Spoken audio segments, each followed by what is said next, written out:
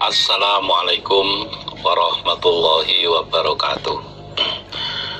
Innal hamdalillah nahmaduhu wa nasta'inuhu wa nastaghfiruh wa na'udzu billahi min syururi anfusina wa sayyiati a'malina may yahdihillahu fala mudhillalah wa may yudlil fala hadiyalah.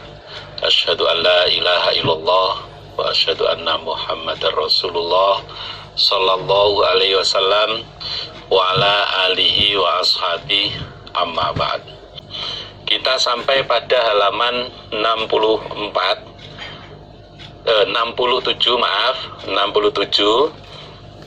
baris yang ketiga dari bawah. Ditata niatnya, ditata hatinya, semata-mata yarjuna rahmatahu wa yakhafuna adzabah. A'udzu billahi minasyaitonir rajim. Bismillahirrahmanirrahim. Haddatsana Abu Nuaim, haddatsana Saif. Qala berkata sapa Saif, haddatsani bercerita padaku Saif sapa Mujahidun Mujahid. Qala berkata Mujahid, sami'tu mendengar aku Mujahid Abdurrahman ibn Abi Lailah pada Abdurrahman bin Abi Lailah, anna Ka'ab bin Ujrah, sesungguhnya Ka'ab bin Ujrah iku haddatsahu, bercerita siapa Ka'ab bin Ujrah pada Abdurrahman. Qala berkata siapa Ka'ab, isi cerita Ka'ab kepada Abdurrahman.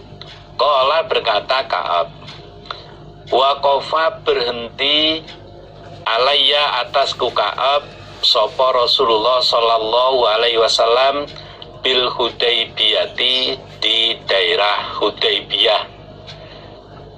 Ini pada saat Nabi dan sahabat-sahabat akan melaksanakan umroh pada tahun 6 Hijriah. Waroksi, sedangkan kepalaku Ka'ab, kepala maksudnya rambut, iku yatahafatu, rontok komlan kutunya. Sedangkan saat itu rambut saya penuh dengan kutu, sampai kutu itu berjatuhan, sampai kutu itu rontok ke tubuh saya. Apa kalau bahasanya apa? Salto apa? Ya. Sampai kutu itu rontok ke tubuh saya. Faqala, maka bersabda Nabi, yu'dika, apakah menyakiti kepadamu opo hawa muka, penyakitmu, maksudnya kutumu. Kemudian Nabi bertanya kepada Ka'ab, wahai Ka'ab, apakah kutu yang ada di rambutmu itu menyakitkan pada kamu? Ini bentuk perhatian Nabi kepada sahabatnya, bentuk perhatian seorang pemimpin kepada anggotanya, kepada anak buahnya. Apakah kutu yang ada pada rambutmu itu menyakitkan pada kamu, merepotkan pada kamu? Qultu, berkata aku Ka'ab, na'am, ya Nabi, kutu ini sangat-sangat merepotkan pada saya, sangat-sangat menyakitkan pada saya. Di samping kutu itu sendiri menimbulkan gatal, ya keberadaannya juga membuat seseorang menjadi risih, menjadi jijik. Nabi bertanya, apakah kutu yang ada pada rambutmu itu menyakitkan pada kamu? Ka'ab menjawab, iya Nabi, sangat-sangat menyakitkan, sangat-sangat merepotkan pada saya. Qala, bersabda Nabi, fahlik, maka mencukurlah kamu roksaka, pada kepalamu, maksudnya pada rambutmu. Kalau memang kutu yang ada pada rambutmu itu menyulitkan kamu, menyakitkan pada kamu, ya silakan kamu mencukur rambutmu. Padahal saat itu belum waktunya lukar, Bolehnya seseorang itu mencukur rambut ketika ihram kalau sudah lukar. Nah, karena suatu hal Nabi memerintahkan Ka'ab untuk mencukur rambutnya. Silakan. Atau bersabda Nabi, ihlik, mencukurlah kamu. Tidak, beda lafaz fahlik roksaka, atau Nabi mensabdakan ihlik. Pengertiannya juga sama. Silakan kamu cukur rambutmu. Menurut hadis ini berarti boleh ketika ada halangan bagi orang yang mengalami halangan itu mencukur rambut sebelum waktunya di saat dia ihram. Qala berkata siapa Ka'ab? Fiyya, di dalam diriku Ka'ab, nazalat turun opo hadhil ayatu, ini ayat.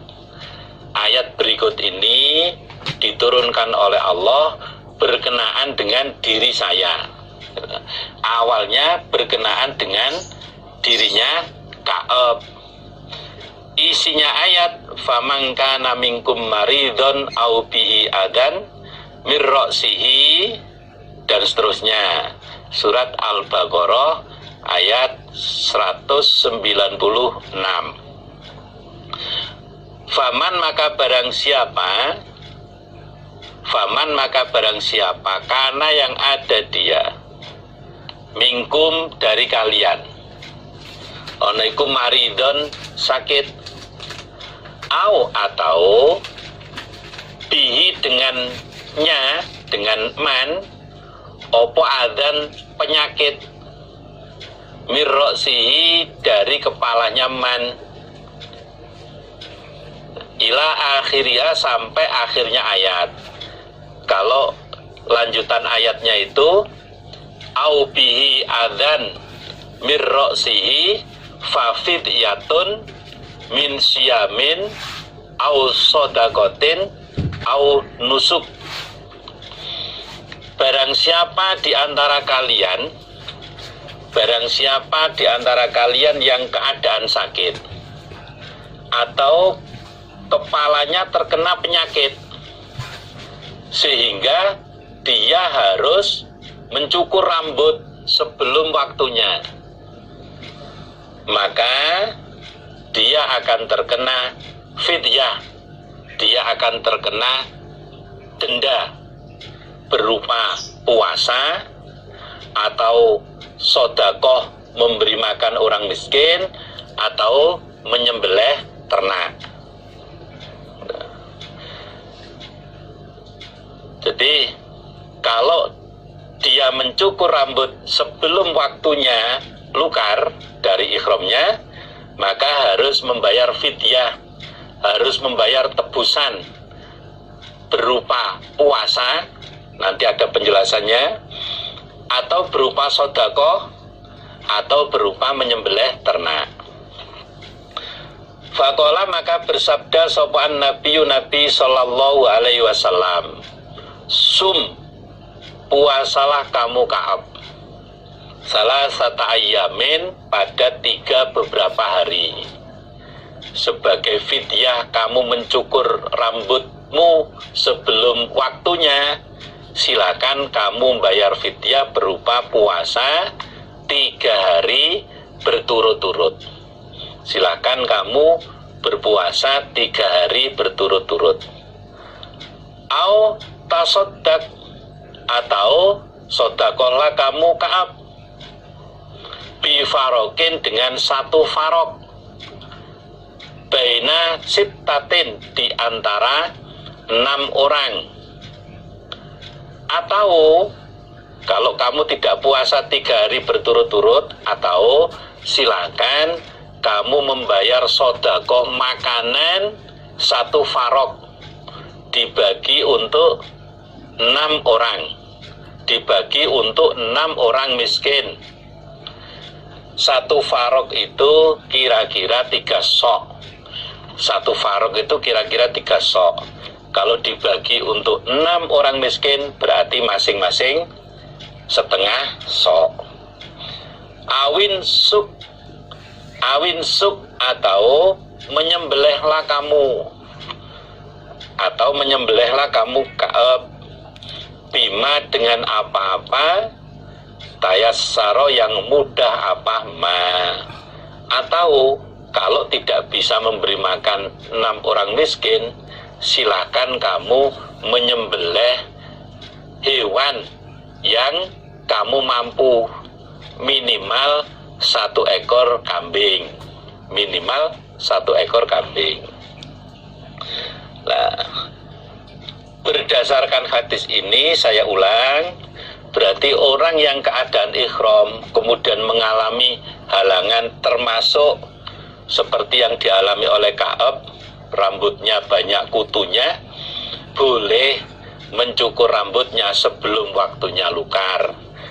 Namun ada kompensasinya, ada konsekuensi yang harus ditempuh oleh orang tersebut, termasuk oleh Ka'ab, yaitu pilihan pertama, puasa 3 hari berturut-turut, atau sodakoh 1 farok untuk 6 orang miskin, atau menyembelih hewan sak mampunya, minimal 1 ekor kambing. Nah, dari urutan ini bisa kita ambil pelajaran, berarti pilihan atau alternatif fidyah pertama puasa 3 hari berturut-turut. Kalau tidak milih itu, boleh memilih sodakoh makanan 1 farok untuk 6 orang miskin. Kalau tidak memilih itu, boleh menyerahkan 1 ekor kambing. Ini menjadi pelajaran bagi kita semuanya, karena kadang hal-hal seperti itu terjadi di luar dugaan dan di luar keinginan seseorang. Pengennya kita umpama melaksanakan ihram haji maupun umroh, pengennya ya mulai start di mikot sampai selesai nggak ada halangan, atau bahkan mungkin mulai berangkat dari rumah melaksanakan umroh, melaksanakan haji sampai pulang lagi juga nggak ada halangan. Pengennya seperti itu, namun kadang di luar dugaan, di luar keinginan bisa saja terjadi.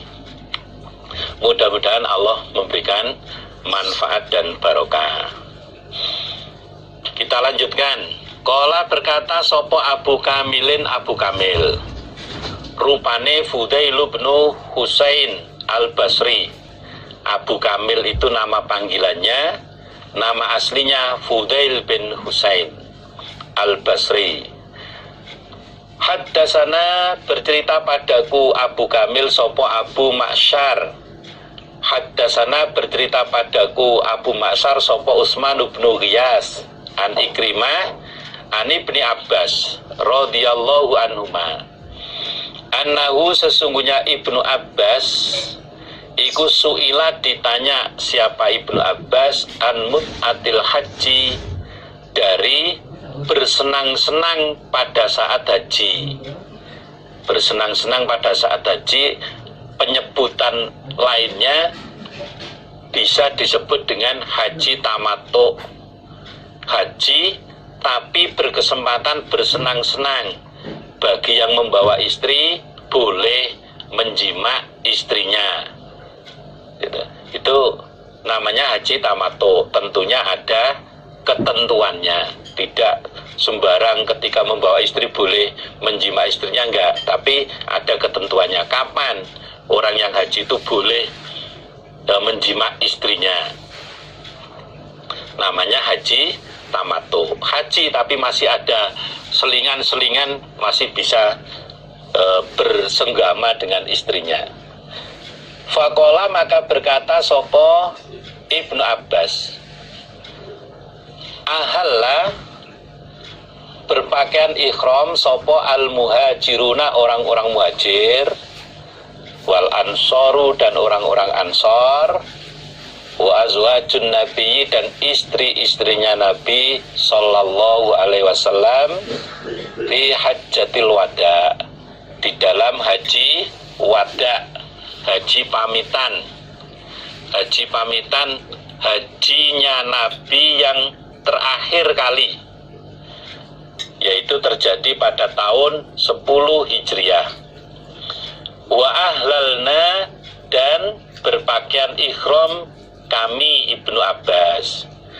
Ibnu Abbas ditanya tentang haji tamattu, haji yang di dalam pelaksanaannya boleh diselingi dengan hubungan suami istri.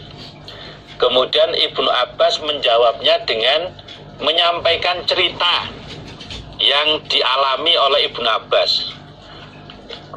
Ini lebih menguatkan jawaban ketika jawaban itu disertai kejadian langsung. Ceritanya orang-orang muhajir, orang-orang ansor, juga istri-istrinya Nabi melaksanakan ihram pada haji wada tahun 10 Hijriah. Begitu pula saya Ibnu Abbas juga ikut melaksanakan ihram saat itu. Falamma qatimna, maka ketika datang kami Makkah di Mekah, ketika kami sudah sampai di daerah Mekah, masuk Mekah tanggal 4 Dzulhijjah, meninggalkan Medina tanggal 25 Dzulqa'dah, kemudian masuk ke Mekah tanggal 4 Dzulhijjah.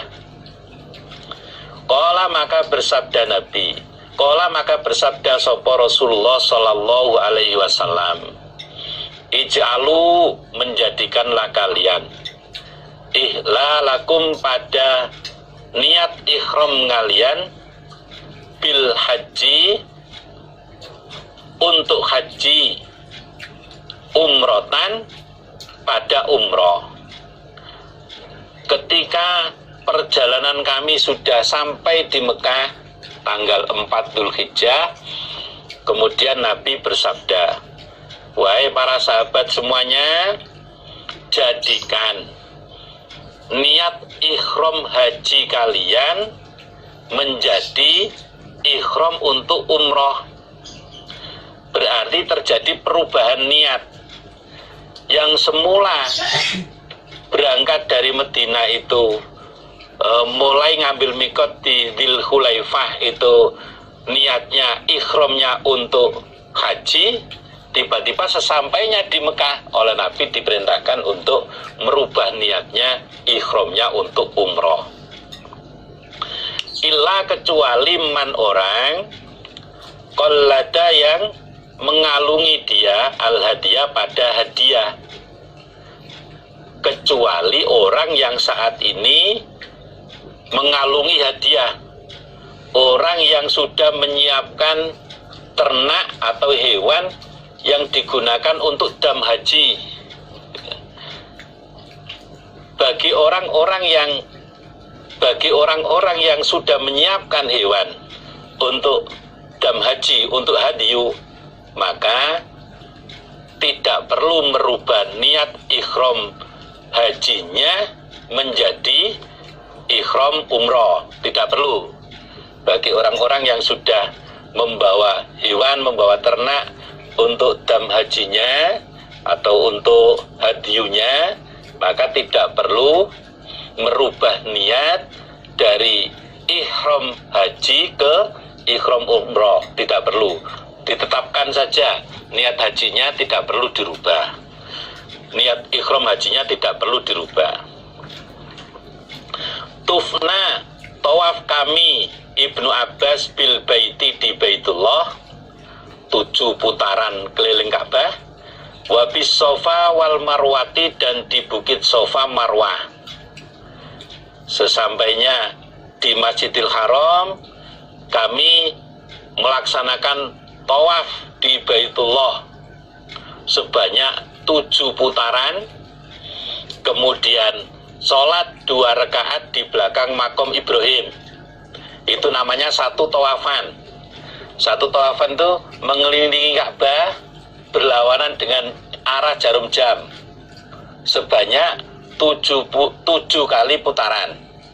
Kemudian sholat di belakang makom Ibrahim. Itu namanya 1 tawafan. Kemudian kami sa'i di Bukit Sofa dan Marwah. Kemudian kami sa'i di Bukit Sofa dan Marwah. Berjalan dari Sofa ke Marwah, dari Marwah ke Sofa sebanyak 7 kali. Dari Sofa ke Marwah dihitung 1, dari Marwah ke Sofa dihitung 2, dari Sofa ke Marwah dihitung 3, seterusnya. Nanti berakhir di Bukit Marwah sebanyak 7 kali. Itu namanya sa'i. Lah, rangkaian antara keliling Ka'bah, mengelilingi Ka'bah 7 putaran berlawanan dengan arah jarum jam, kemudian sholat di belakang makam Ibrahim 2 rakaat, itu namanya 1 tawafan. Ketika dilanjutkan dengan sa'i di Sofa dan Marwah sebanyak 7 kali, itu namanya 1 umrohan. Gitu. Ini supaya betul-betul bisa difahami. Kalau 1 tawafan itu 7 putaran Ka'bah, gitu. 7 putaran Ka'bah berlawanan dengan arah jarum jam, kemudian sholat di belakang makam Ibrahim, itu namanya 1 tawafan. Ketika dilanjutkan dengan sa'i Sofa Marwah sebanyak 7 kali, berarti itu namanya satu umrohan. Berarti namanya 1 umrohan. Titik. Wa'ataina dan mendatangi kami an-nisa'a pada beberapa istri. Walabisna dan memakai kami asyaba pada beberapa pakaian. Selesai sa'i Sofa Marwah 7 kali tadi, kemudian bagi yang membawa istri boleh berkumpul dengan istrinya, boleh bersenggama dengan istrinya, boleh memakai baju biasa, pakaian berjahit. Pakaian berjahit. Berarti selesai di Bukit Marwah, berarti namanya sudah lukar. Berarti sudah lukar dari umrohnya.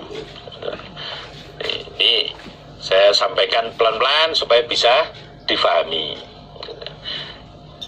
Bagi orang laki-laki, ketika melaksanakan ikhram itu ada pakaian khususnya, pakaian khusus untuk orang laki-laki yang sedang ikhram.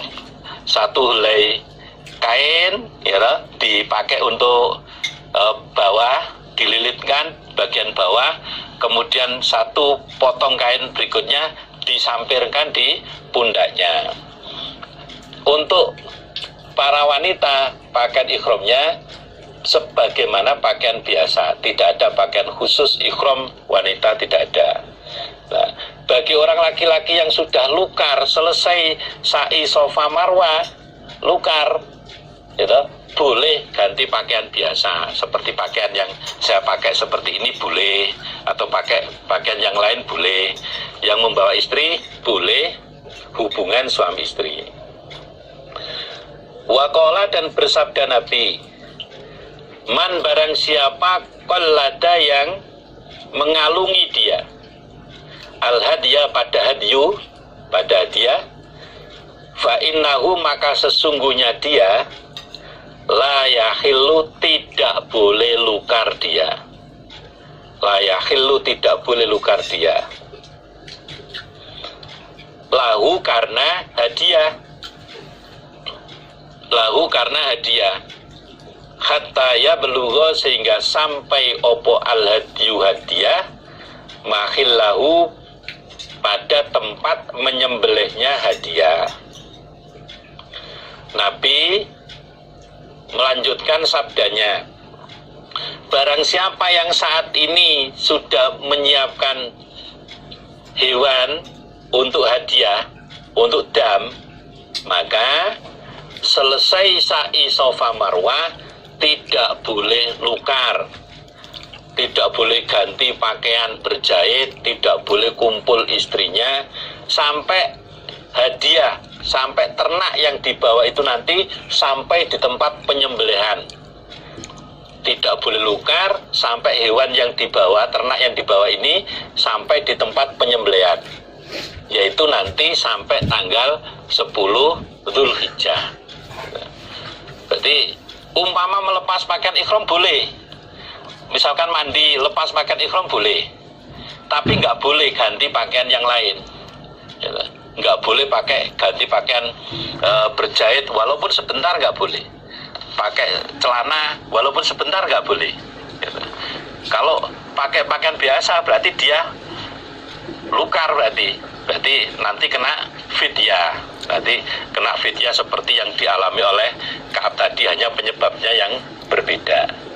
Maka ini betul-betul harus diperhatikan sehingga tidak terjadi kesalahan-kesalahan dalam pelaksanaan ibadah haji. Kemudian perintah siapa Nabi pada kami, asyiyatat tarwiyati, pada sorenya hari tarwiyah. Asyiyatat tarwiyati, pada sorenya hari tarwiyah, yaitu tanggal 8 Dzulhijjah. At-tarwiyah itu maknanya segar. At-tarwiyah itu maknanya segar. Artinya hewan-hewan atau unta yang digunakan untuk perjalanan dari tempat yang jauh, setelah istirahat beberapa hari sudah kelihatan segar kembali, siap untuk meneruskan perjalanan lagi. Saya ulangi, summa amarona, kemudian perintah siapa Nabi pada kami, asyiyatat tarwiyati, pada sorenya hari tarwiyah, tanggal 8 Dzulhijjah. Nabi perintah an-nuhilla, supaya ihram kami bil haji, untuk haji. Bagi kami orang-orang yang tidak membawa hadyu, orang-orang yang tidak membawa ternak untuk dam haji, pada sorenya tanggal 8 Dzulhijjah, pada sorenya tanggal 8 Dzulhijjah diperintahkan oleh Nabi untuk mulai berpakaian ihram lagi, diniati untuk haji.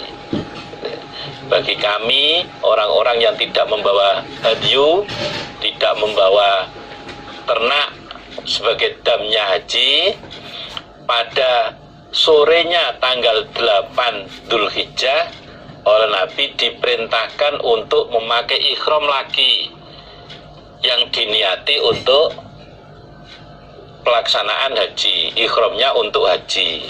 Nah, di mana pembeda antara ihram untuk haji atau ihram untuk umroh? Itu bisa dilihat dari niatnya. Kalau niat ihramnya haji berarti mengucapkan lafaz niat labbaik Allahumma hajjan. Kalau ihramnya itu diniati untuk umroh berarti labbaik Allahumma umrotan. Itu yang menjadi pembeda antara ihram niatnya untuk haji ataupun ihram niatnya untuk umroh. Adapun cara berpakaiannya sama, cara mikotnya sama, bacaan yang dibaca juga sama. Faida farauna, maka ketika telah menyelesaikan kami minal manasiki, dari beberapa manasik haji. Faida farauna, maka ketika telah menyelesaikan kami minal manasiki, dari beberapa manasik haji, jina, maka datang kami, fatufna, maka tawaf kami, bil baiti, di Baitullah, wabis sofa wal marwati, dan di bukit Sofa dan Marwah. Ketika kami telah merampungkan manasik haji, amalan-amalan yang berkaitan dengan ibadah haji, maka kami kembali ke Mekah lagi.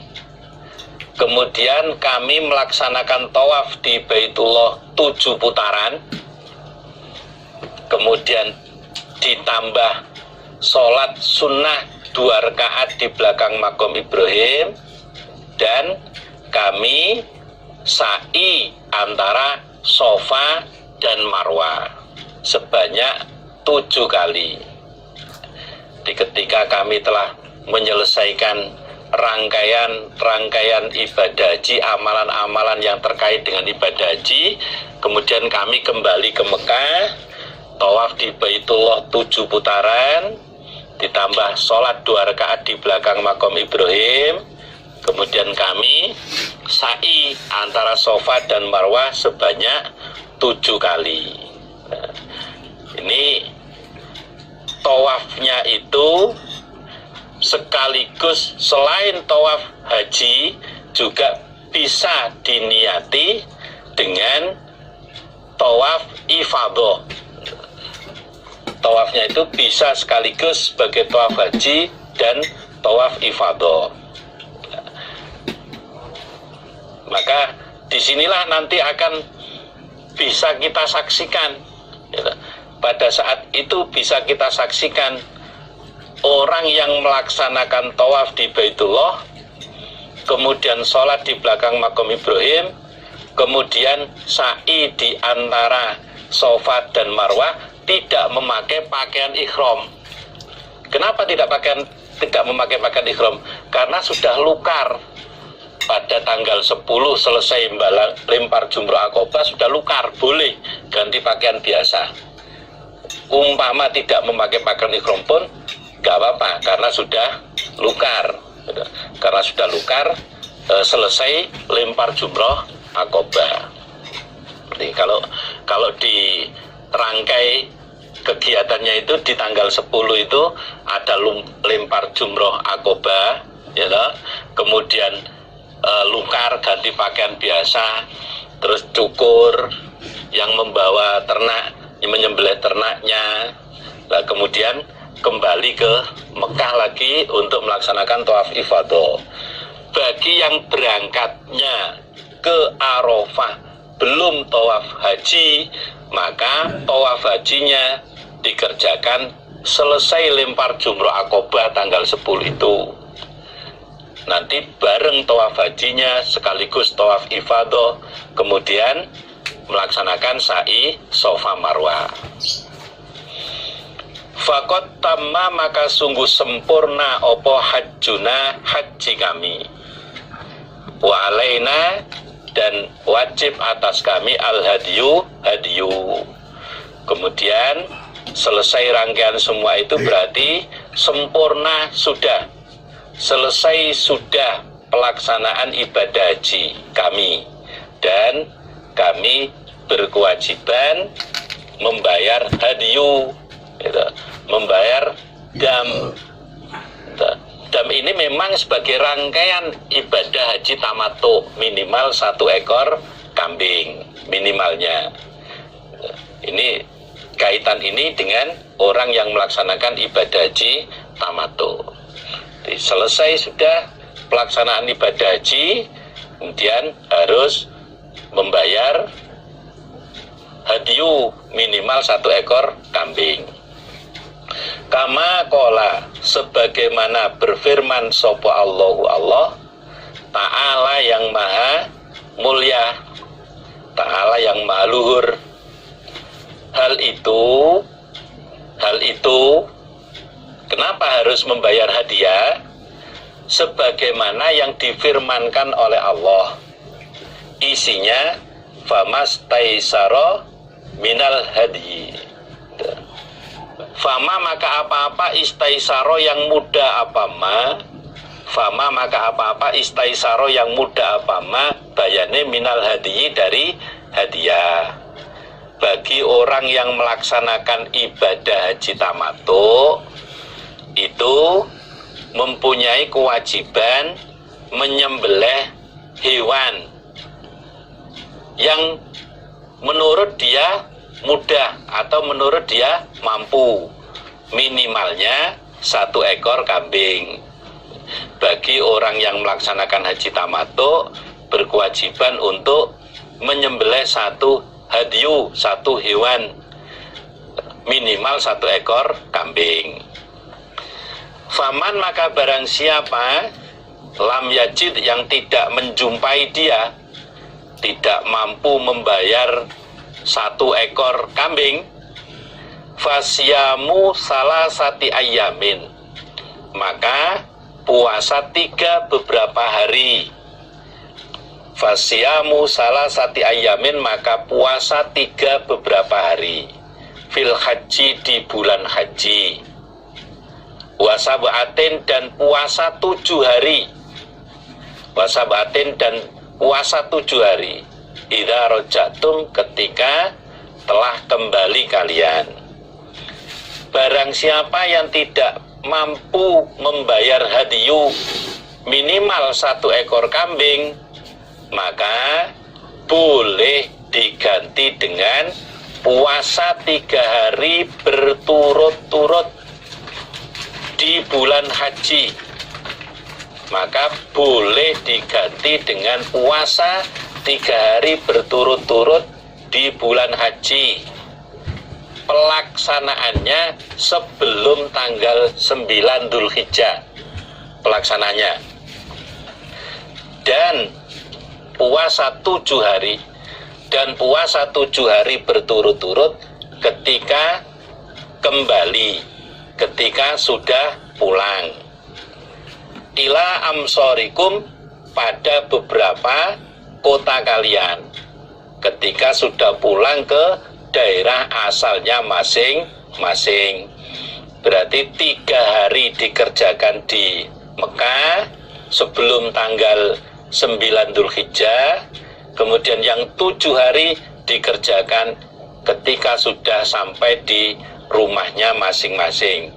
7 hari ini juga dikerjakan secara berturut-turut. As-satu, adapun kambing, ikut tajzi, mencukupi apa kambing. Nah, hadyu yang harus disembelih itu, umpama mampunya menyembelih 1 ekor kambing sudah sah. Umpama mampunya menyembelih 1 ekor kambing sudah sah, sudah cukup. Bagi yang bisa menyembelih 1 ekor kambing, ya cukup menyembelih 1 ekor kambing, tidak perlu melaksanakan puasa.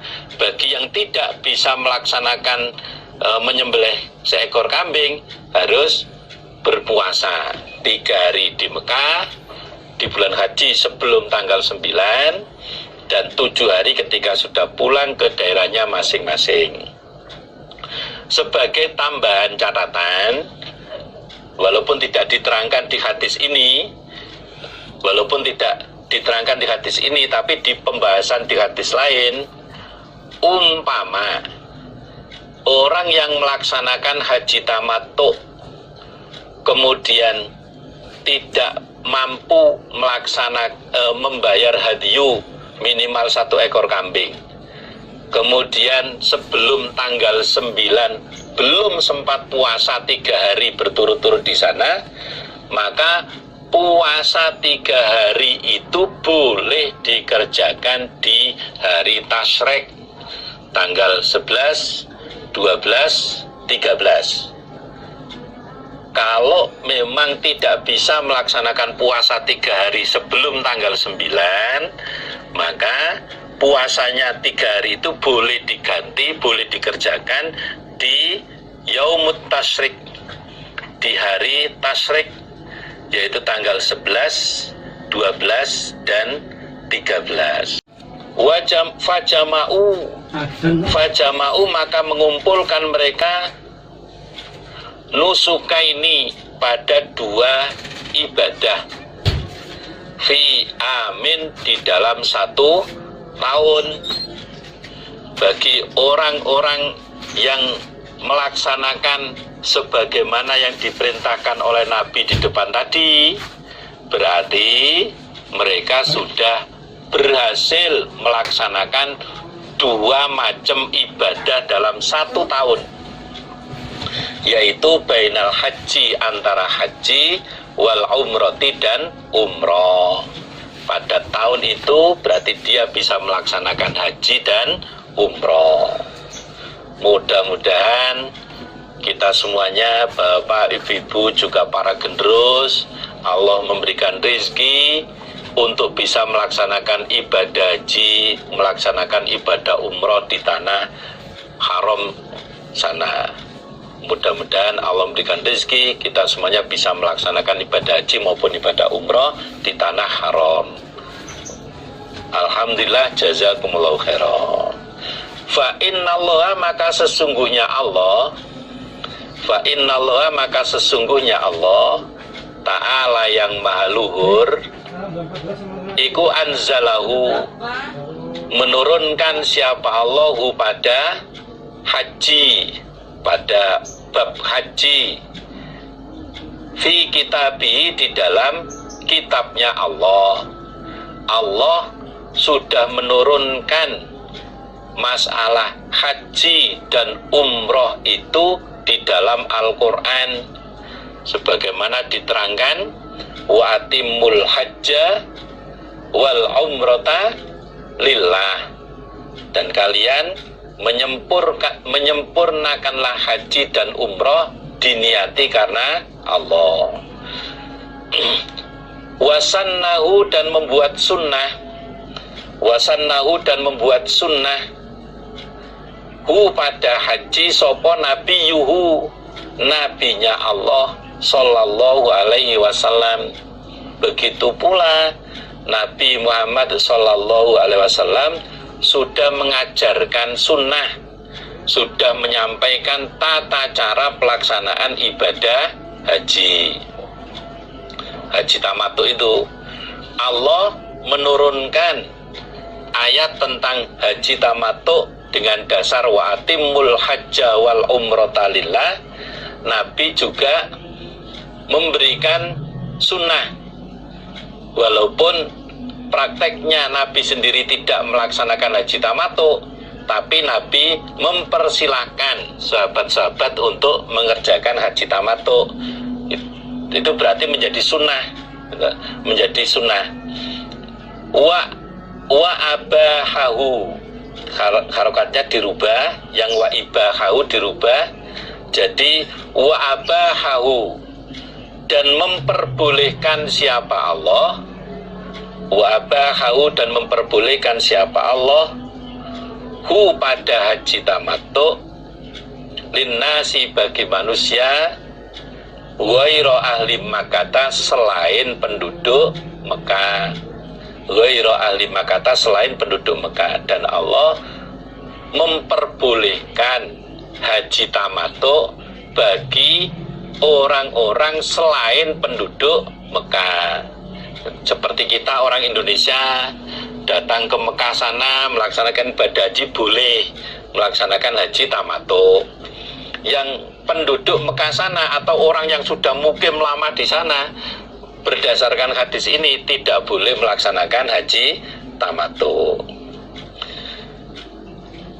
Qala, berfirman sapa Allahu Allah, dzalika, pada demikian itu haji tamattu, dzalika, demikian itu haji tamattu, iku liman, bagi orang, lam yakun, yang tidak ada, lam yakun, yang tidak ada, sopo ahluhu, keluarganya man, orang niku hadiril masjidil harami, datang ke Masjidil Haram. Allah telah berfirman, dzalika liman lam yakun ahluhu hadiril Masjidil Haram. Demikian itu haji tamattu bagi orang-orang yang keluarganya tidak datang ke Masjidil Haram, artinya bagi orang-orang yang bukan penduduk Mekah. Haji tamattu itu bagi orang-orang yang bukan penduduk Mekah. Berarti penduduk Mekah tidak boleh. Wa ashurul haji adapun beberapa bulan haji allati yang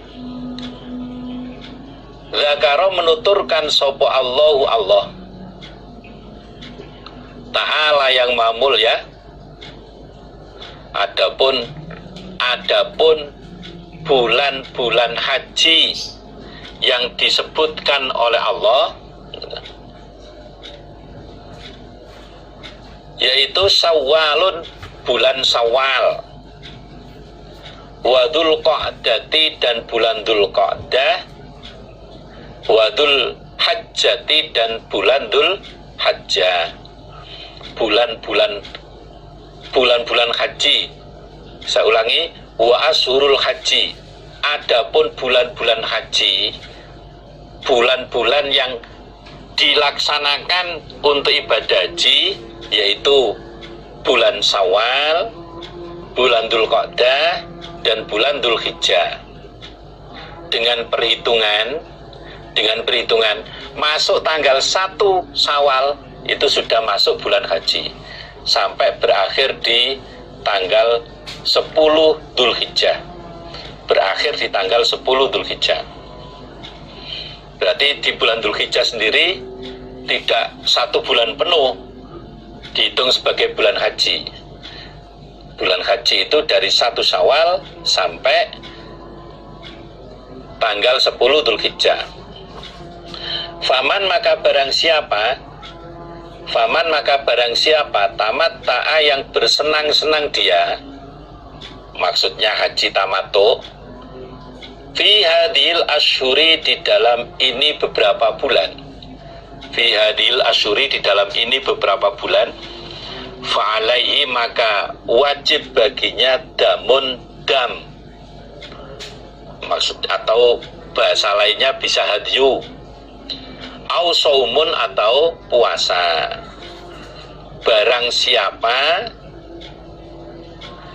yang melaksanakan haji tamattu di bulan-bulan itu antara Syawal sampai tanggal 10 Dzulhijjah, antara 1 Syawal sampai 10 Dzulhijjah, maka dia berkewajiban membayar dam minimal 1 ekor kambing, atau dia berkewajiban puasa 3 hari berturut-turut di bulan haji ditambah 7 hari berturut-turut ketika sudah pulang ke negaranya masing-masing. Warrofasu, adapun yang dimaksud rofas, kalau ayatnya itu faman hajjal baita awi tamaro fala rofasa wala fusuko wala jidala. Warrofasu, adapun yang dimaksud rofas iku al jima'u, jima. Bagi orang yang niat haji, maka dia tidak boleh hubungan suami istri. Ini bagi orang yang tidak haji tamattu. Bagi orang yang tidak haji tamattu nggak boleh hubungan suami istri selama pelaksanaan ibadah haji. Ini walaupun ayatnya seperti ini, tapi ada tata cara. Siapa yang pada saat haji nggak boleh jima? Siapa yang boleh jima? Ada ketentuannya. Tapi kalau sedang melaksanakan ihram, kalau sedang melaksanakan ihram, siapapun nggak boleh jima pada istrinya. Bagi orang yang haji tamattu boleh jima istrinya, itu kan keadaan dia lukar untuk sementara waktu. Tapi kalau sedang melaksanakan ihram nggak boleh. Wal fusuku, adapun yang dimaksud al fusuk, wal fala rofasa wala fusuko. Nah, yang dimaksud fusuk itu al maasi, melanggar ketentuan haji, termasuk tidak boleh berburu, Itu di tanah haram bagi orang yang haji, nggak boleh. Kalau dia berburu berarti dia melanggar, berarti melakukan fusuk. Wal jidalu saya ulangi, wal jidalu, adapun yang dimaksud al jidal iku al mirau, membantah atau bertengkar. Al mirau membantah, maksudnya bertengkar. Bagi orang yang sedang melaksanakan ibadah haji tidak boleh bertengkar dengan siapapun, nggak boleh. Umpama kok kedorong orang, ya sabar, nggak boleh terus marah-marah, nggak boleh. Saya ini sudah belajar silat, nggak boleh. Walaupun sudah belajar silat, kalau waktunya melaksanakan ibadah haji ya nggak boleh digunakan untuk bertengkar, nggak boleh. Umpama ada orang marah, kita minggir. Jangan melayani marahnya orang lain. Dengan marah seperti itu berarti nanti bisa mengurangi kesempurnaan haji, bahkan mungkin bisa jadi menggugurkan hajinya. Muga-muga Allah paring barokah. Maka disinilah yang perlu betul-betul dihati-hati ketika berangkat haji, melaksanakan ibadah haji, emosinya diturunkan betul. Apapun yang terjadi di sana tidak boleh marah-marah. Memang ya suasananya panas, bisa memancing seseorang itu marah. Alhamdulillah, jazakumullahu khairan. Mudah-mudahan Allah memberi manfaat dan barokah. Haddasana Musaddadun haddasana Yahya an Imran, rupane Abi Bakar. Nama aslinya Imran, panggilannya Abu Bakar. Haddasana Abu Raja an Imran ibni Husain radhiyallahu anhuma. Qala, berkata Imran bin Husain, unzilat, diturunkan opo ayatul mut'ati, ayat tentang haji tamattu, fi kitabillah, di dalam kitabnya Allah. Imran bin Husain menjelaskan bahwa dalam Al-Quran sudah ada ayat yang menerangkan bolehnya seseorang melaksanakan ibadah haji tamattu selain penduduk Mekah. Fafa'alna, maka mengerjakan kami, Imran, pada haji tamattu ma'a Rasulillah, beserta Rasulillah Shallallahu Alaihi Wasallam. Dan kami juga sudah pernah melaksanakan haji tamattu pada zaman Nabi dulu. Pada masa Nabi masih hidup, kami sudah pernah melaksanakan haji tamattu. Walam yunzal, dan tidak diturunkan opo Qur'anun Qur'an, yuharrimuhu, yang mengharamkan apa Qur'an hu pada haji tamattu. Setelah pelaksanaan haji tamattu yang kami kerjakan pada zaman Nabi, tidak ada Quran yang diturunkan untuk melarang haji tamattu. Setelah kami melaksanakan ibadah haji tamattu pada zaman Nabi, tidak ada Al-Quran yang diturunkan untuk mengharamkan haji tamattu sampai Nabi wafat. Walam yanha, dan tidak mencegah siapa Nabi anha, dari haji tamattu, hatta mata, sehingga wafat siapa Nabi. Dan Nabi sendiri tidak pernah menghalang-halangi sahabatnya untuk mengerjakan haji tamattu sampai Nabi wafat. Nah, artinya Imran bin Husain menjelaskan haji tamattu itu sah berdasarkan firman Allah dalam Al-Quran. Haji tamattu itu sah karena pada zaman Nabi sendiri, Nabi memerintahkan sebagian sahabatnya untuk mengerjakan haji tamattu. Setelah kejadian itu belum ada Al-Quran yang memansuh bolehnya haji tamattu bagi orang selain orang Mekah.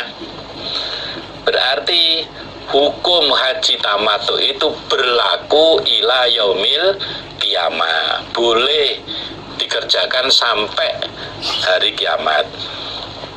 Qala berkata sapa rajulun, seorang laki-laki, biroi dengan pendapatnya rajul. Rajul di sini yang dimaksudkan adalah Khalifah Umar bin Khattab. Ma pada apa-apa sya'a yang menghendaki siapa? Rajul.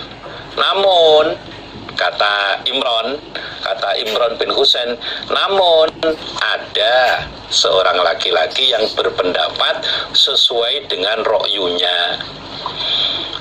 Yang dimaksud orang laki-laki itu adalah Khalifah Umar bin Khattab. Khalifah Umar bin Khattab melarang umat Islam mengerjakan haji tamattu.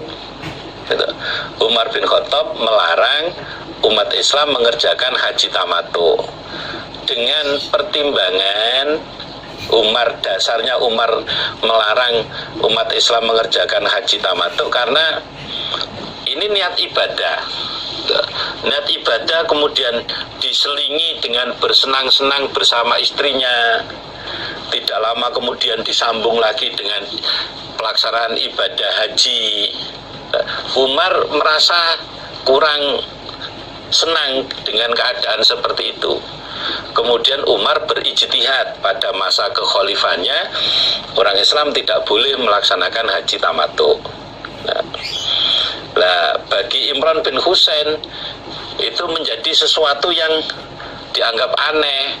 Quran tidak melarang, Nabi juga memperbolehkan. Lah Umar kok melarangnya? Menurut Imran bin Husain itu menjadi sesuatu yang aneh.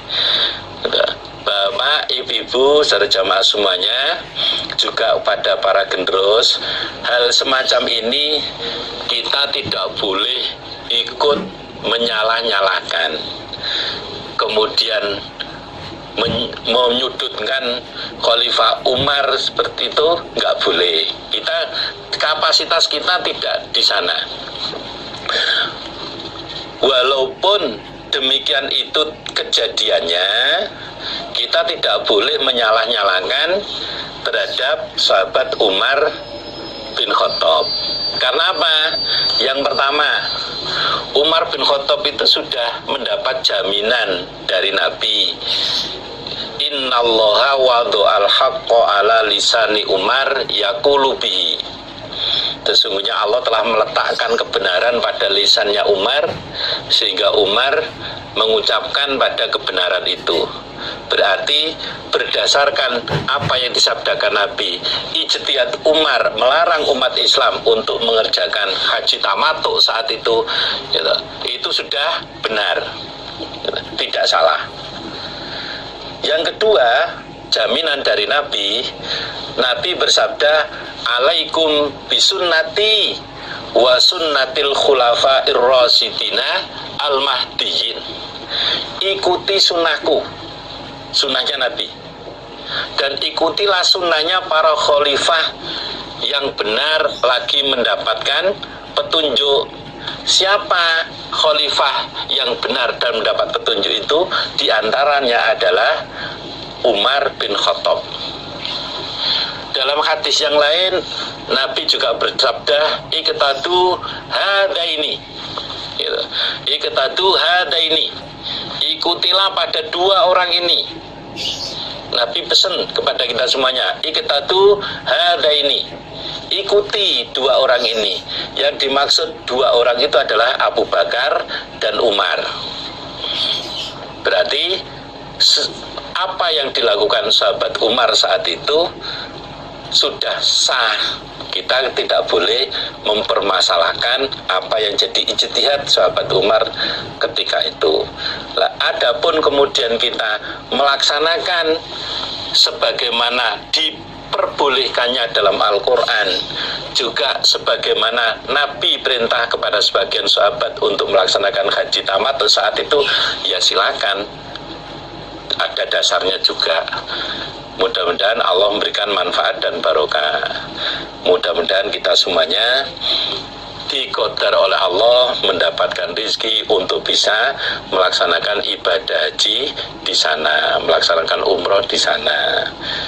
Harus optimis, jangan pesimis. Orang yang berangkat haji itu ternyata tidak semuanya orang yang punya uang banyak, enggak. Karena ada yang tidak punya uang tapi dibiayai oleh orang lain. Ada yang tidak punya uang, ternyata dia bisa berangkat haji karena dia menjadi petugas, mungkin jadi mutawif, mungkin jadi petugas kesehatan, atau mungkin jadi petugas yang lainnya. Apapun jalannya, apapun caranya bisa sampai sana, itu Allah yang ngatur. Yang penting bisa melaksanakan ibadah haji.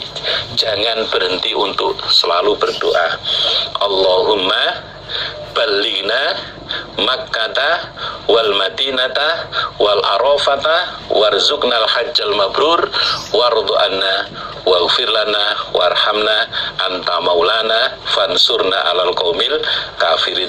Terus dibaca sampai betul-betul bisa datang untuk melaksanakan ibadah haji di sana. Umpama kemudian bisa terlaksana kemudian pulang, tentunya semuanya rindu pengen kembali ke sana, pengen mengulang lagi bisa melaksanakan ibadah haji ke sana, bahkan kalau bisa berkali-kali. Maka berdoa, Allahumma rzuqnal auda ila Makkah wal Madinah ma'a ahlina bis salamati wal khair.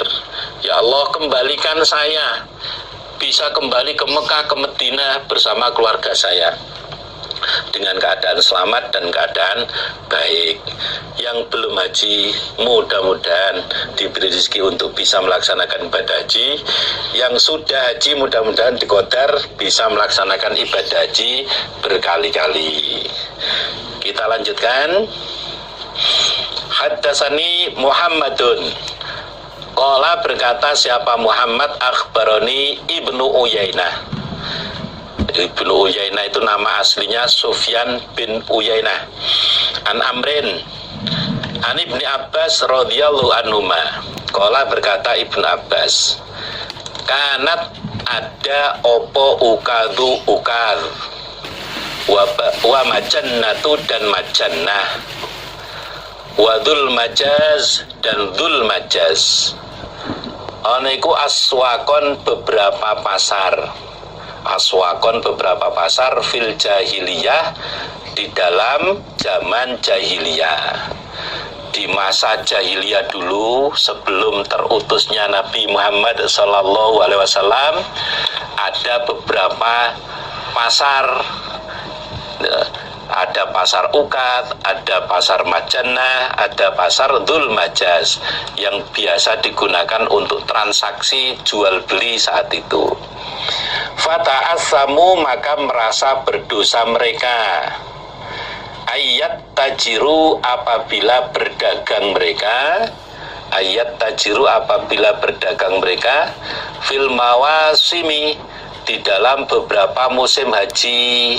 Nah, orang-orang yang biasa berdagang di pasar ukat, di pasar majannah, di pasar dzul majaz pada zaman jahiliyah dulu, sekarang setelah masuk Islam merasa berdosa seandainya terus berdagang di saat pelaksanaan ibadah haji. Masa musim haji kok malah dagangan? Kan mendingan digunakan untuk haji atau mungkin dengan alasan yang lain. Merasa berdosa berdagang di saat musim haji. Fanazalat, maka turun opo ayat, laisa alaikum junahun anta betahu fadlan mir rabbikum. Surat Al-Baqarah ayat 198. Laisa, tidak ada alaikum atas kalian, laisa tidak ada alaikum atas kalian opo junahun dosa. antabtahu apabila mencari kalian fadlan pada keutamaan, maksudnya rizki, mir rabbikum dari Tuhan kalian. Allah menurunkan ayat, tidaklah berdosa bagi kalian apabila kalian mencari rizki dari Tuhan kalian. Kapan mencari rizkinya? Fi mawasimil haji, di dalam beberapa musim haji. Nggak apa-apa, boleh-boleh saja, sah-sah saja. Orang Kediri misalkan, kemudian jualan nasi pecel Kediri, tulisi besar spanduk, nasi pecel Kediri, ya boleh-boleh saja ya. Karena selisih harganya banyak, keuntungannya bisa banyak ya. Mungkin orang Madura jualan sate Madura, ya boleh-boleh saja. Orang Padang sana jualan nasi Padang, ya boleh-boleh saja. Atau mungkin jualan masker, boleh ya. Loh, kok masker apa gunanya Pak? Kan belum tentu musim pandemi di sana. Di sana itu ketika musim haji banyak debu yang bertaburan. Ketika angin, kadang angin itu berputar begini, debu itu bertaburan. Maka di situ juga diperlukan masker. Ya. Boleh jualan masker atau jualan apa? Jualan es cendol, gila. Boleh. Silakan yang punya kreasi apa? Jualan bakso. Bakso cokam 354 ya boleh. Ya, silakan. Boleh, tidak dosa bagi kalian apabila mencari rizki dari Tuhan kalian di saat pelaksanaan ibadah haji. Yang penting tetap bisa melaksanakan ibadah haji. Sibuk jualan akhirnya nggak melaksanakan ibadah haji, rugi ya, rugi. Waqala, dan berkata sapa Ibnu Abi Hatim, akhbarona Abu Muhammad ibni bintis Safi'i, fima di dalam apa-apa, maksudnya hadis, kataba yang kirim surat sapa Abu Muhammad, ilayya kepadaku Ibnu Abi Hatim. Jadi Abu Muhammad ibni bintis Safi'i dalam memangkulkan hadis, menyampaikan hadis kepada Ibnu Abi Hatim itu melalui surat, melalui surat dikirim. An Abi, dari bapaknya Abu Muhammad, atau Ami, pamannya Abu Muhammad, yang mana hadis itu sumbernya dari bapaknya Abu Muhammad atau dari pamannya Abu Muhammad. An Sufyan bin Uyainah, hadis tersebut sumbernya dari Sufyan bin Uyainah. Isinya hadis qauluhu, firman Allah, faida afaltum min arafatin falkurullaha indal mas'aril haram. Faida afaltum, maka ketika bubar kalian, maka ketika bubar kalian min arafatin, dari Arafah. Arafah itu tempat wukufnya jamaah haji. Falkuru, maka ingatlah kalian, falkuru, maka ingatlah kalian Allah, pada Allah, indal mas'aril haram, di sisi mas'aril haram. Ketika kalian sudah bubar dari wukuf di Arafah sore hari tanggal 9 Dzulhijjah, maka kalian ingatlah kepada Allah di Mas'aril Haram. Mas'aril Haram itu nama lainnya di Muzdalifah.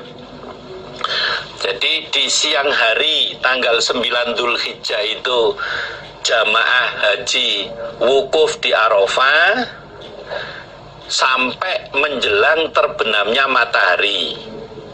Kemudian meninggalkan tanah Arafah menuju Mas'aril Haram, meninggalkan Arafah menuju Muzdalifah atau Mas'aril Haram. Nah, sesampainya di Mas'aril Haram, supaya tetap ingat kepada Allah, di di Arafah doa lama, mulai habis selesai sholat duhur, ketika matahari sudah tergelincir sedikit, ya, kemudian berdoa terus sampai menjelang terbenamnya matahari, karena sholatnya sudah dijamak qashar dengan duhur.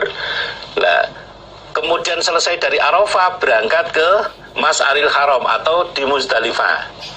Nah, sesampainya di Muzdalifah atau Masy'aril Haram, tetaplah ingat kepada Allah. Prakteknya, wahia adapun ingat kepada Allah, iku as-sholata ini 2 sholat jami'an, keadaan di jamak. Prakteknya zikir kepada Allah, ingat kepada Allah di Masy'aril Haram itu mengerjakan 2 sholat dengan dijamak. 2 sholat itu adalah sholat maghrib dan sholat isya. Dijamak dikerjakan di waktu sholat isya, namanya jamak takhir. Namanya jamak takhir karena waktu yang ditempati untuk sholat itu di waktu sholat yang kedua, yaitu isya. Kemudian dikosor, sholat isyanya yang biasanya dikerjakan 4 rakaat cukup dikerjakan 2 rakaat. Jadi ingat kepada Allah di Masy'aril Haram atau di Muzdalifah itu prakteknya dengan melaksanakan 2 sholatan, yaitu maghrib dan isya, dikerjakan di jamak dan isyanya di qashar. Jamaknya nama jamak takhir, kemudian isyanya di qashar hanya 2 rakaat. Babu bayani wujuhil ikhrami, bab keterangan beberapa macam ikhram. Pembahasan pertama yaitu menerangkan tentang macam-macam ikhram. Ikhram itu untuk apa saja macamnya. Yang kedua, wa annahu, dan bab sesungguhnya yajuzu boleh apa ifradul haji, menyendirikan haji. Bab berikutnya, bab yang kedua adalah bolehnya hanya mengerjakan haji saja di bulan haji. Bab yang kedua adalah bolehnya hanya mengerjakan haji saja, haji doang di bulan haji. Namanya haji ifrad. Wa tamattu'i, dan bolehnya mengerjakan haji tamattu. Wal kironi, dan bolehnya menggandeng, artinya bolehnya mengerjakan haji kiron. Untuk bab yang kedua ada haji ifrad berarti 2A, kemudian pembahasan tentang haji tamattu berarti 2B, yang berikutnya adalah haji kiron berarti jadinya 2C dalam satu bab itu. Yang ketiga, wajawazi idkhalil haji, dan bab bolehnya memasukkan haji alal umroti, atas umroh. Bab yang ketiga pembahasannya bolehnya memasukkan niat haji menjadi niat umroh.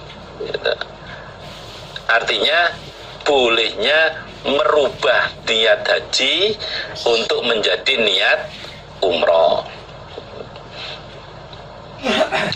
Yang keempat, wa mata, dan kapankah yakhillu lukar sopo al-qarinu, orang yang menggandeng, artinya orang yang haji kiron, lukar min nusukihi, dari ibadah hajinya orang. Wa mata, dan bab kapankah yakhillu halal atau lukar sopo al-qarinu, orang yang menggandeng, orang yang haji kiron, min nusuki, dari ibadah hajinya. Kapan orang yang haji kiron itu boleh lukar, boleh melepas pakaian ikhramnya, ganti pakaian biasa, kemudian boleh cukur rambut, boleh yang membawa istri menjima istrinya itu kapan. Nanti akan kita bicarakan satu persatu, kita bahas satu persatu. Ikuti setelah yang satu ini. Muga-muga Allah paring barokah. Haddatsana Yahya bin Yahya At-Tamimi. Qala berkata Yahya, qara'tu membaca aku Yahya ala Malikin atas Malik. Jadi Yahya bin Yahya dalam memperoleh hadis ini dengan cara beliau membaca di hadapan guru. Bukan guru membacakan kepada muridnya, tapi murid membaca di hadapan guru. Nah, belajar atau mangkul seperti itu juga sah. An Ibnu Syihab, an Urwah, an Aisyah radhiyallahu anha, annaha sesungguhnya Aisyah, iku qolat berkata siapa Aisyah, kharajna keluar kami, keluar dari Madinah, ma'a Rasulillah beserta Rasulillah sallallahu alaihi wasallam, ama hajjatil wada pada tahunnya haji wada, haji pamitan, haji terakhirnya Nabi tahun 10 Hijriah. Ibu Aisyah bercerita, saya atau kami keluar dari Madinah bersama-sama dengan Nabi yang bertepatan saat itu Nabi melaksanakan haji wada tahun 10 Hijriah. Fa'ahlalna, maka berpakaian ikhram kami bi umrotin, untuk umroh. Saat itu kami niat berpakaian ikhram untuk umroh. Dari awal berangkat itu begitu di Dzul Khulaifah untuk melaksanakan mikot, niatnya untuk umroh. Summa qala, kemudian bersabda sapa Rasulullah sallallahu alaihi wasallam, man barang siapa kana yang ada ma'ahu beserta man opo hadiyun hadiah, fal yuhilla, maka supaya ikhram dia bil haji, dengan haji, ma'al umrati beserta umroh. Barang siapa yang saat ini sudah menyiapkan hadiah, maka ikhramnya supaya diniati untuk haji dan umroh. Berarti perintah dari Nabi saat itu bagi sahabat-sahabat yang sudah menyiapkan ternak hadiah, maka supaya melaksanakan ibadah haji qiron. Sumala yahillu, kemudian tidak lukar dia, hatta yahilla, sehingga lukar dia, minhuma, dari keduanya haji dan umroh, jami'an, bersama-sama. Kemudian orang yang melaksanakan haji qiron itu tidak boleh lukar, berganti pakaian biasa, tidak boleh cukur rambut sampai dia lukar dari haji dan umrohnya secara bersamaan. Ini sudah terjawab pembahasan bab yang keempat. Kapan orang yang haji qiron itu boleh lukar dari ibadah hajinya?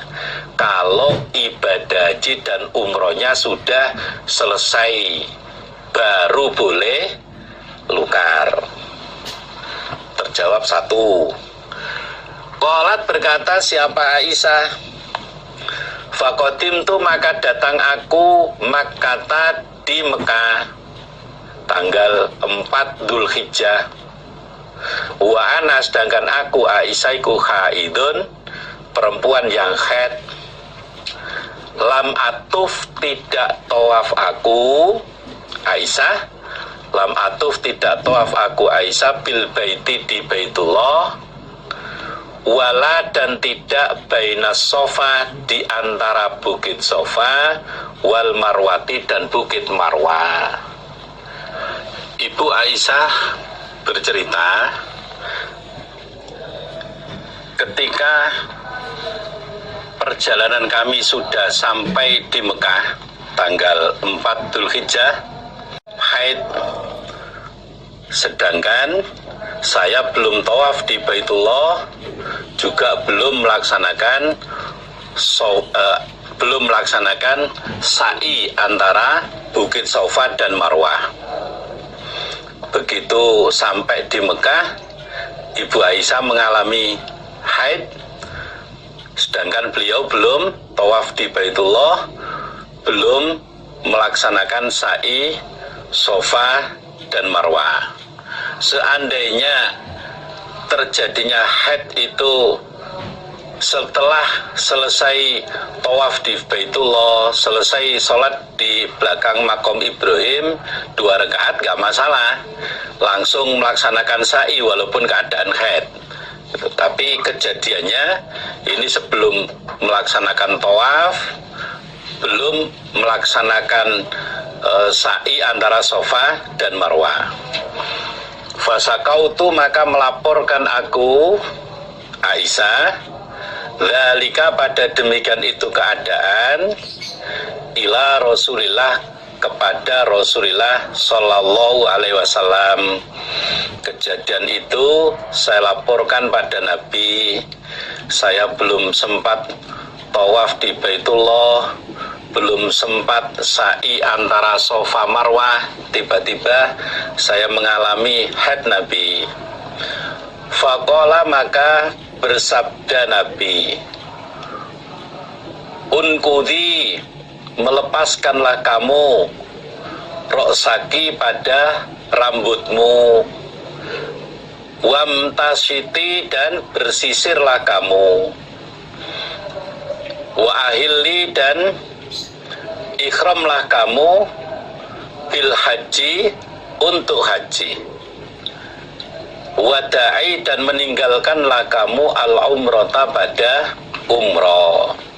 Nabi memberikan jawaban yang menjadi solusi bagi Ibu Aisyah yang sedang mengalami haid saat itu. Silakan kamu melepaskan gelungan rambutmu, silakan kamu bersisir, karena saat itu sudah keadaannya berarti sudah lukar saat itu. Lukar dalam arti belum sampai pada masanya, belum sampai waktunya. Sekarang silakan kamu memakai ikhram, niati untuk haji, dan tinggalkan atau batalkan ikhram niat umrohmu, niat ikhram umrohmu, diganti untuk haji. Karena keadaan seperti itu, Nabi menyampaikan, silakan kamu lepaskan gelungan rambutmu, silakan kamu bersisir, silakan kamu ikhram, diniati untuk haji, dan tinggalkan atau batalkan ikhram umrohmu.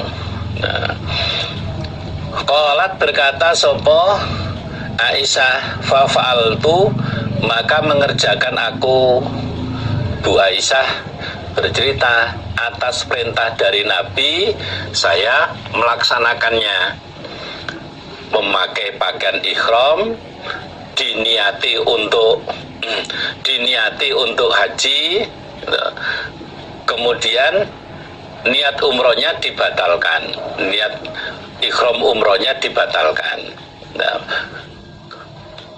ketika mulai memakai ikhram untuk haji, ini tidak perlu datang ke mikot, cukup di rumah saja, ya, melaksanakan ya mandi junub, mandi seperti mandinya orang junub, kemudian niat, ya, niat untuk melaksanakan ikhram haji tanpa sholat di mikot karena kondisinya sedang haid.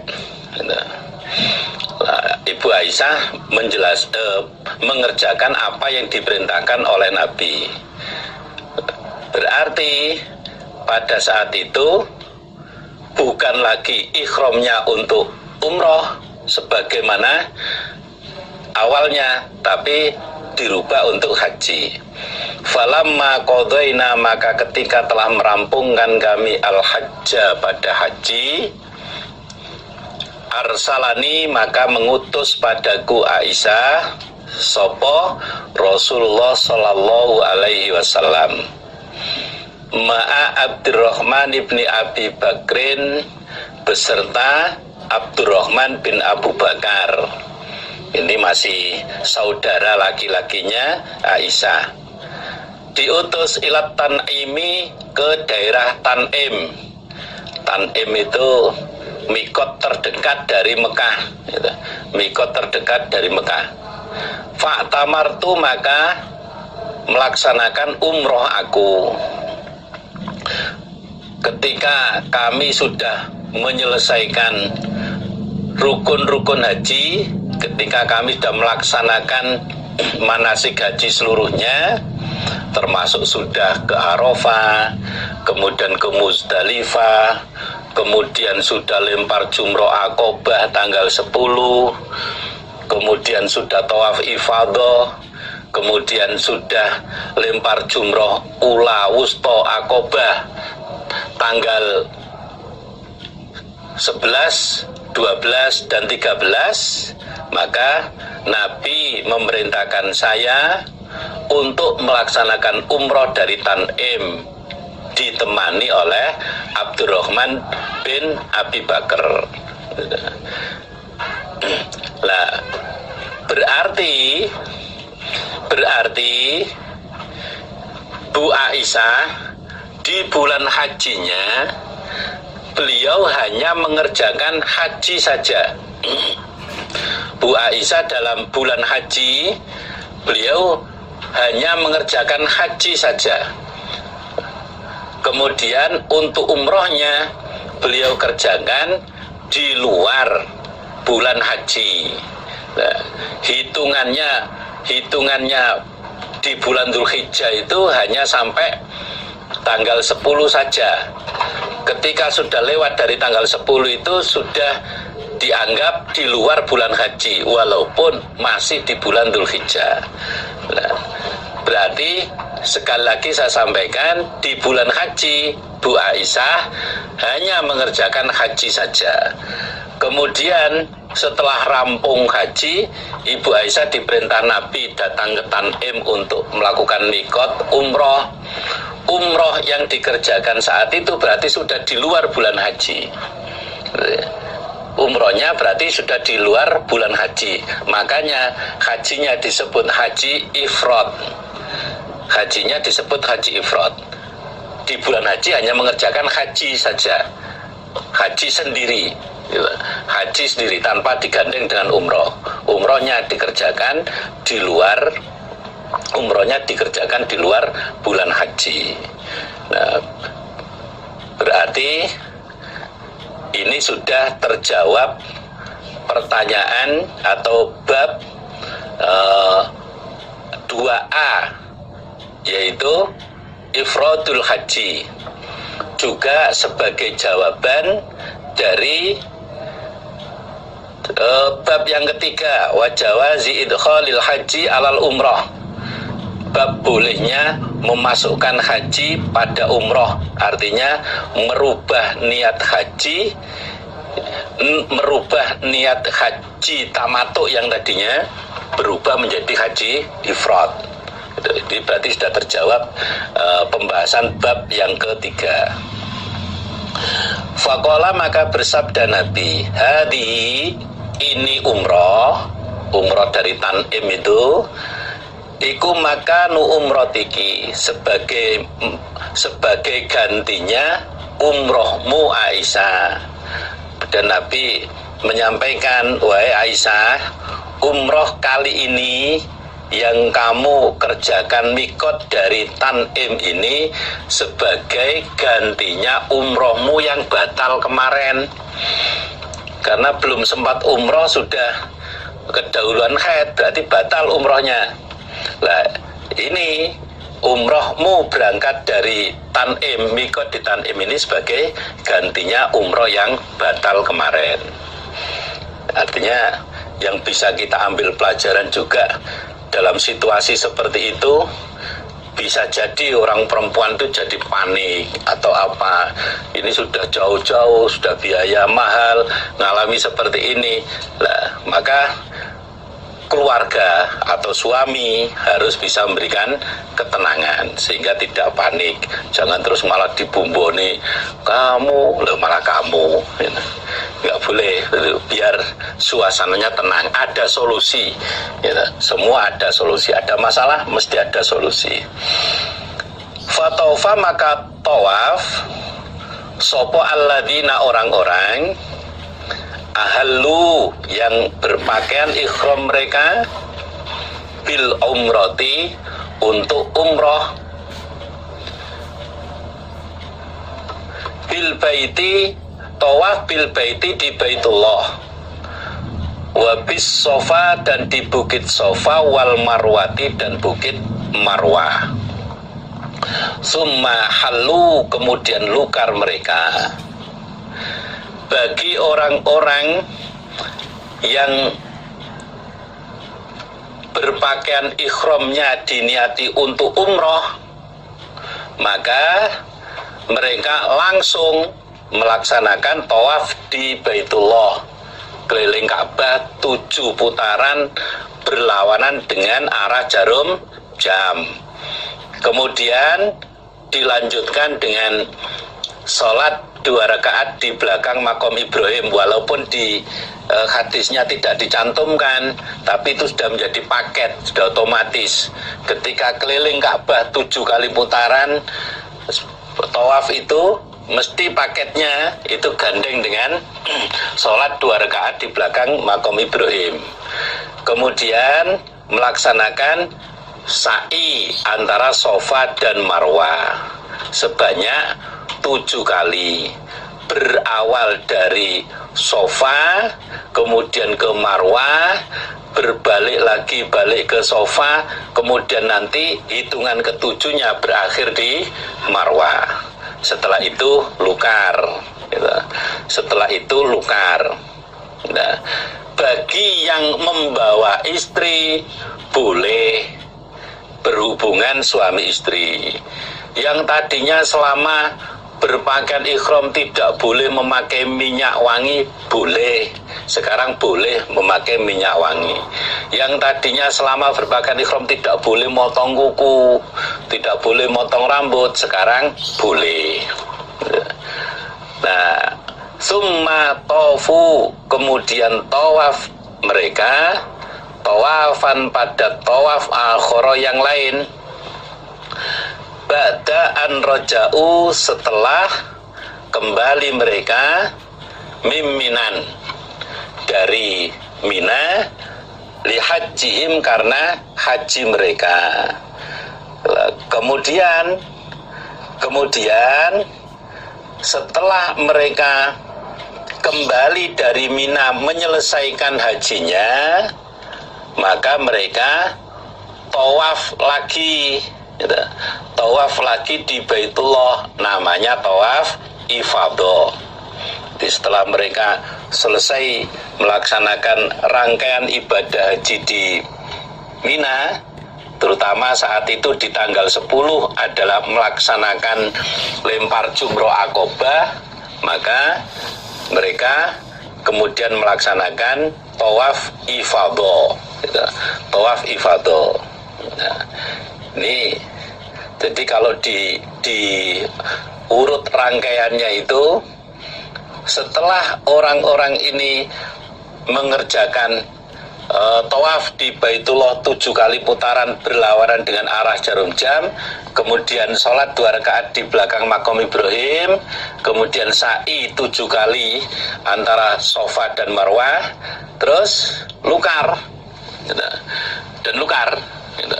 Sudah lukar. Setelah itu menjelang hari tarwiyah itu kembali berpakaian ikhram lagi. dari Arafah, wukuf di Arafah, kemudian kembali ke Mas'aril Haram atau Muzdalifah, kemudian berangkat ke Mina untuk lempar jumrah Aqabah, kemudian balik ke Mekah untuk melaksanakan tawaf ifadah. Rangkaiannya seperti itu.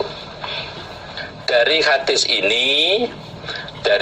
ini terjawab bab di nomor 2b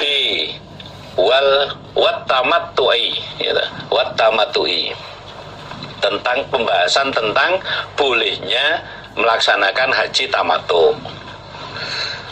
Wa ammal ladina adapun orang-orang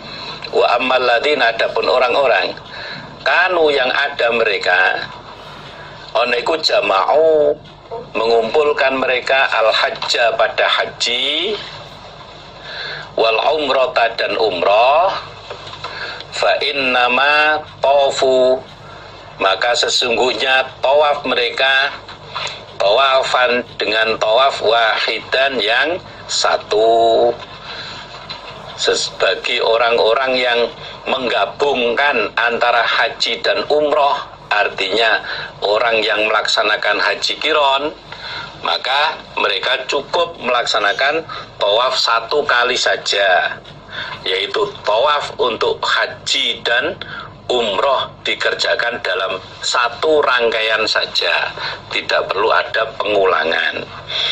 Nah, ini juga menjadi jawaban dari pembahasan tentang haji qiron, wal qironu tentang haji qiron, berarti jawaban dari pembahasan 2C, 2C. Biar mudah, dikasih kode seperti itu biar mudah. Jadi wa ammal ladzina kanu jama'u al-hajja wal umrah fa innama tawafu tawafan wahidan, itu pembahasan tentang haji qiron. Nah, mungkin ada yang tanya, lah terus jawaban yang nomor 1 itu bagaimana? Babu bayani wujuhil ikhram, bab keterangan tentang macam-macamnya ikhram. Dari hadis yang sudah kita kaji bisa diambil pelajaran bahwa ikhram itu ada yang untuk haji saja. Ikhram itu hanya untuk haji saja.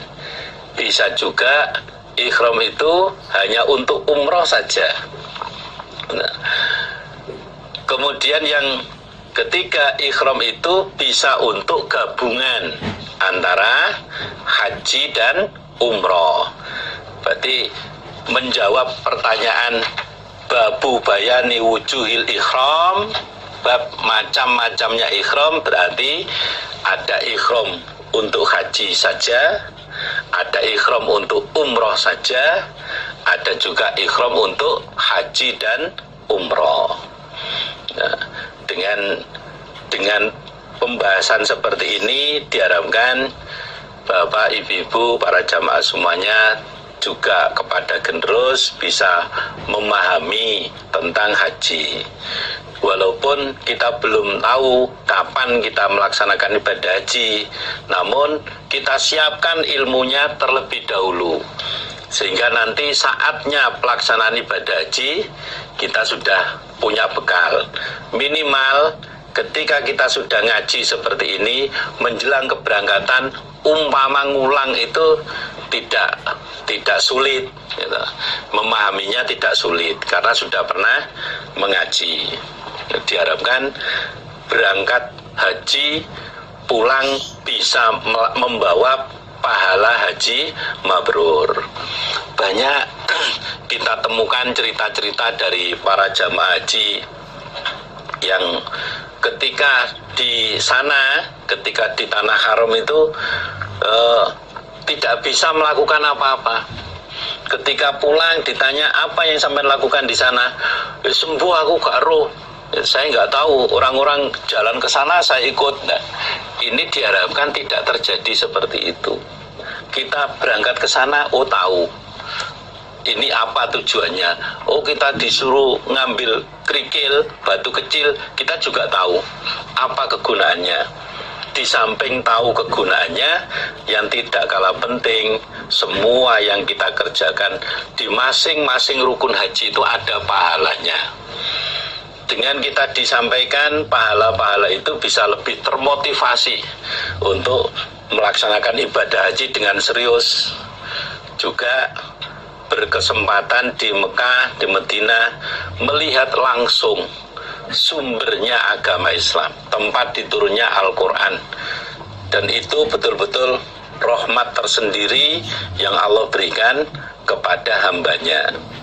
Bapak, ibu-ibu, jamaah semuanya yang saya hormati, para generus yang berbahagia, sekali lagi jangan pesimis gitu.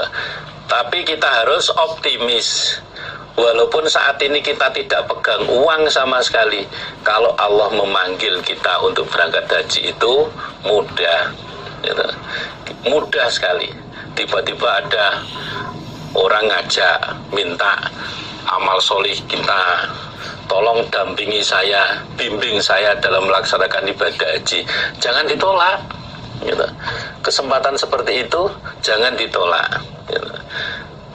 Mudah-mudahan semuanya bisa melaksanakan ibadah haji.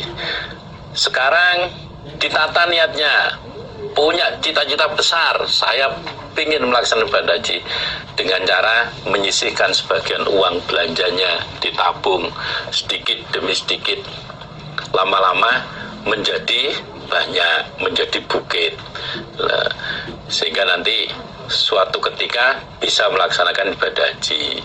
Apalagi saat ini di Indonesia antriannya cukup panjang. Kesempatan seperti itu digunakan untuk mempelajari lagi, juga digunakan untuk menabung dan menabung, sehingga tiba saatnya tinggal berangkatnya saja. Mudah-mudahan Allah memberikan manfaat dan barokah. Bapak, ibu-ibu, para saudara jamaah semuanya yang saya hormati, para generus yang saya banggakan, saya cintai. Demikian yang bisa saya sampaikan pada kesempatan kali ini. Ada tutur kata, tingkah laku yang kurang berkenan, saya dengan kerendahan hati mohon maaf yang sebesar-besarnya. Mudah-mudahan apa yang sudah kita kaji Allah menjadikan manfaat dan barokah, dan tentunya sangat berharap dengan mengkaji ini bisa melaksanakannya, bisa mengamalkannya. Alhamdulillah, jazakumullah khairan. Tetap semangat, tetap selalu husnudon billah. Alhamdulillah, jazakumullah khairan. Assalamualaikum warahmatullahi wabarakatuh.